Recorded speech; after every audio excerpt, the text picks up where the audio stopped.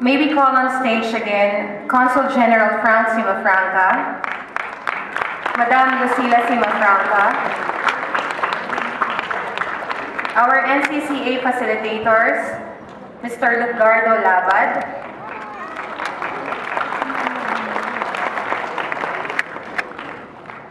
Mr. Raymond Marcaida, and Ms. Alma Taldo on stage to award the certificates of participations para po sa ating mga graduates. And to receive the certificates, may we call on the principals of each schools, Mr. Anyanos A. Canonoy Jr. of FEPS,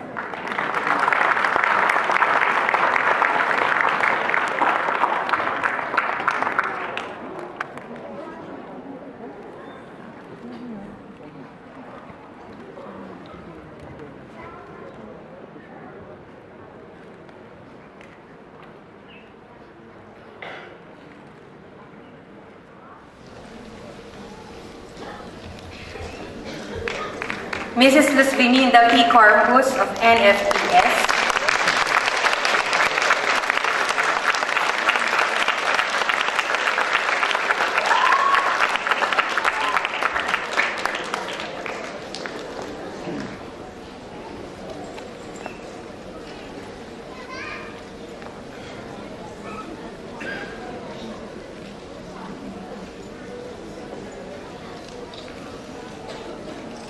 Mrs. Jocelyn M. Soliano of TPS,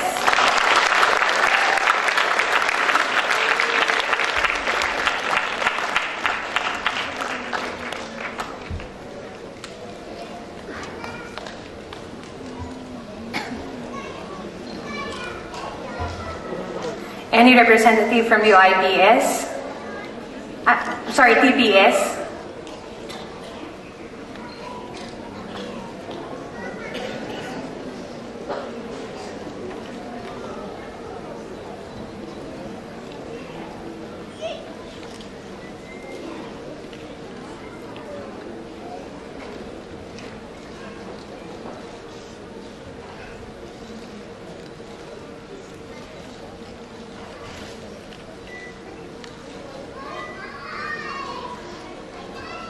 and Dr. Eunice P. Orzame of UIPS.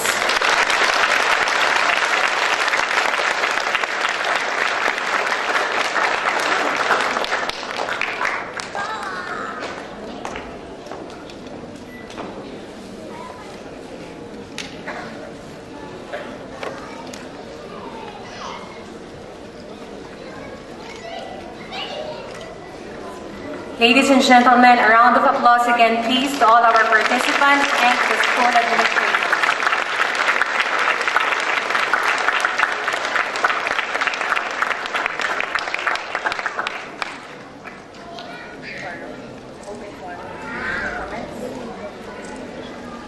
Okay, like what Ma'am Lucy Mafranca have said earlier, ito pong activity natin ay hindi magiging successful without the help of the parents, the teachers, and the school administrators. So may we invite any parent from the audience to give any comments or message sa ating pong naganap na workshop. Any representative or reaction to the show?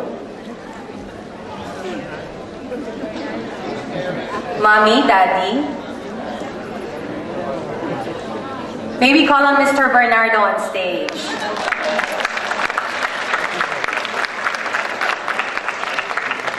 PTA President of NFPS. A round of applause, please. Mr. Bernardo has 3 kids sa ating pong workshop.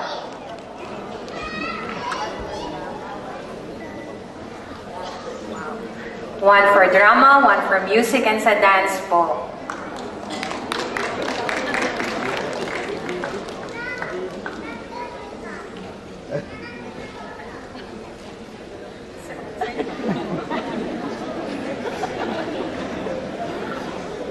A pleasant good evening to each and everyone. Maraming salamat po sa support ng bawat isa, sa pagmamahal po na ipinakita po natin para sa ating pong mga anak sa ating bansang Pilipinas. Nakakapukaw damdamin po na nanunumbalik sa ating kamalayan ang essence ng kung paano tayo talaga maging isang tunay na Pilipino. So, bagamat tayo ay nandito sa ibang bansa, ay natunghayan natin na kaya pa rin pala nating ipakita na tayo ay tunay na Pilipino sa ating pamamaraan, sa ating mga kaugalian, sa ating pagtutulungan at sa ating sama-sama na pananalangin sa tuwing meron tayong mga pinagdadaanan ng mga sakuna, mga kalamidad sa ating buhay. Noong una, medyo mahirap po yung naging yung efforts nating mga magulang kasi hindi tayo makapag-enjoy. Araw-araw tayo naghahatid ng mga anak natin. Subalit, sa nakita po natin na bunga po ng Bagong Sibol ay talaga naman po palang very fruitful at talagang sulit na sulit yung naging efforts ng bawat isa. Kaya maraming salamat po sa ating mga facilitators, sa ating mga Consulate General at kay Madam, sa ating pong mga participants. Nawa po ay patuloy po na lumago ang ganitong mga gawain at patuloy po na maging malinang ang ganitong gawain ng mga bata para na rin po sa ikaunlad at sa ikagaganda po ng ating mga gawain dito sa bansang ito. Maraming salamat po.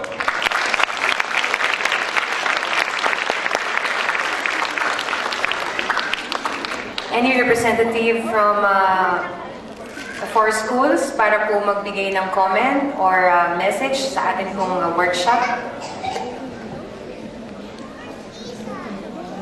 Principal? I guess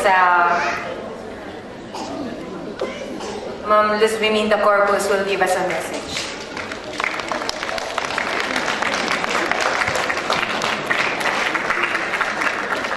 Good evening to everyone. I would like to commend our Congen Sigma Franca and Madam Lu for this very successful event, and of course to our facilitators. We have Madam Alma, Sir Rama, and Sir Gardi. This is a very wonderful output. We were really so amazed with what was shown by the kids. We were wondering there as to how they were able to learn all of these things. There were so many things that they have shown. Really, they did their best. And with that, congratulations also to the participants, the different students from the 4 schools, 2 schools in Dubai and also 2 schools in Sharjah. Congratulations to all of you. You're all so good. And we were so amazed and we were so really happy with your presentation. So can we give them a big round of applause again? Congratulations, kids. It was really so nice. And thank you so much again to all the teachers and staff of the Consulate General for doing all of these things for them. We really look forward to more of this workshop for maybe another batch of students. And I would like to really commend Madam Lu for this. I know it's been a very tiring and very time-consuming activity, but she really did it well. So, thank you and congratulations to all of us.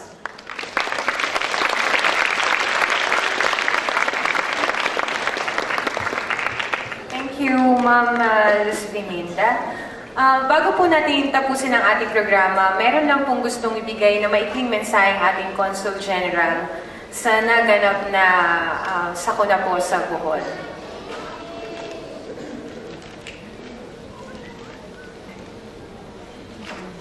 As I have mentioned earlier, this program, Bagong Sibol, had a twin message. A new beginning for our young students. students here in Dubai and Sharjah, as well as a new beginning for the people of Bohol who have been devastated by the strong earthquake that struck the province. Therefore, I take this opportunity to make an urgent appeal for the victims of this calamity. And you will not be able to appreciate all of this if you will not be able to see how the destructive force of nature can wreak havoc to the lives of people and to the beautiful island of Bohol.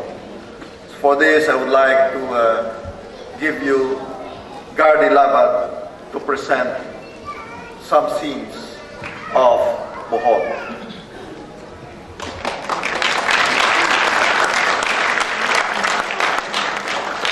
We prepared a small, short presentation of Bohol then and now. May we know from the house, how many of you had been to Bohol? Raise your hands. Okay. So we were here 2 days before the quake hit, and it really devastated all of us Boholanos. And the first impulse was say, umuwi na muna tayo. Okay? We had worked very hard for 20 years, Madam Alma, me, the church, the cultural sector, in preserving the beautiful heritage of our province. And it had become one of the main tourism destination because of that. And then, in just so many minutes, much of this heritage is gone. But we are not wallowing in grief and anguish. We are now calling on everybody to help us rebuild, because this heritage does not only belong to Bohol, it belongs to the Philippines, and I really feel it belongs to the world. So maybe show some of these snapshots of Bohol.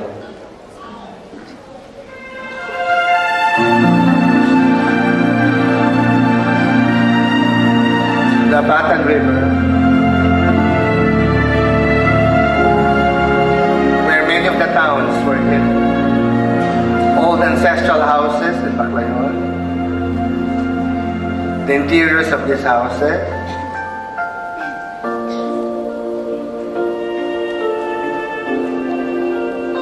The Lobok Children's Choir. Lobok was also badly hit. The different groups that we had built through the years. The local pastry industries in Baclayon, the Broa. Of course, the chocolate hills. These are green because it's rainy days. The Taoist courtyard, chocolate hills. They are now, many of these hills were also damaged. The man-made forest in Pilar and Lobok. The Lobok River, they just began the cruise again today. The capital, the provincial capital. The old Clarin House in Luay, it also was severely damaged. This is the monument sculpture of the Blood Compact. These are the churches then. The town where Conjen and I come from. Baclayon Church. The interiors of Baclayon Church. Our beautiful altar tableau dating back to the 18th century.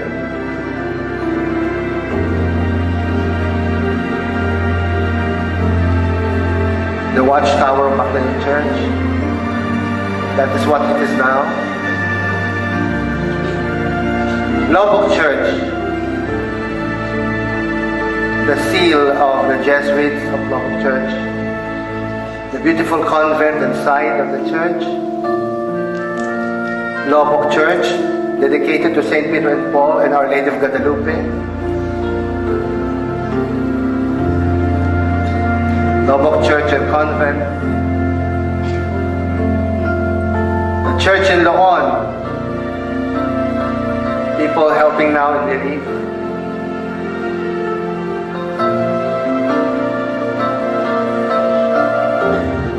Now, raised to the ground, just rubble.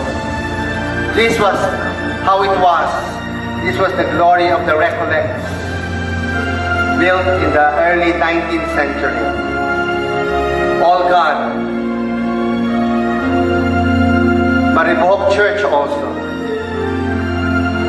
There's a particular patina of the coral stones, beautiful red patina. The inside of the altars of Maribohok.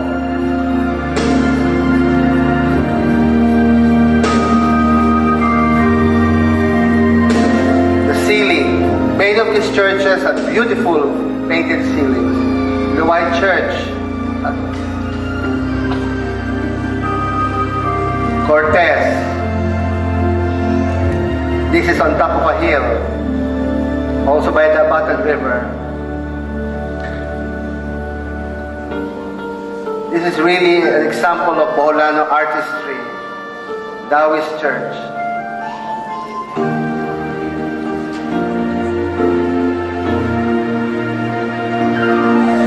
The watchtower of Taoist. The Bagong church in the north. So these are all churches built from the 18th to the 19th century. Now, this is Lobok Church, Loon Church.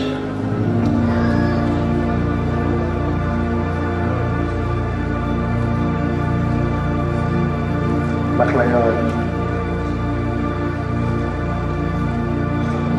But our faith is strong. We know we are going to rebuild together with everybody the Chocolate Hills now, scarred, and that's it. That's our Bohol now, and we hope with everybody's help, not only internationally but nationally, by dint of cooperation and synergy, we're going to rebuild our heritage.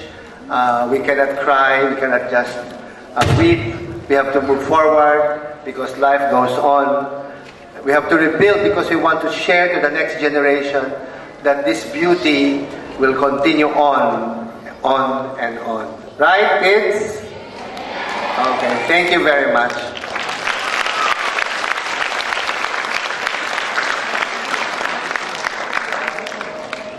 So to all the participants, parents, teachers, school administrators, guests, members of the Filipino community, on behalf of the facilitators of the NCCA, Philippine Consulate General, maraming salamat po sa inyong tulong. Magandang gabi po sa inyong lahat.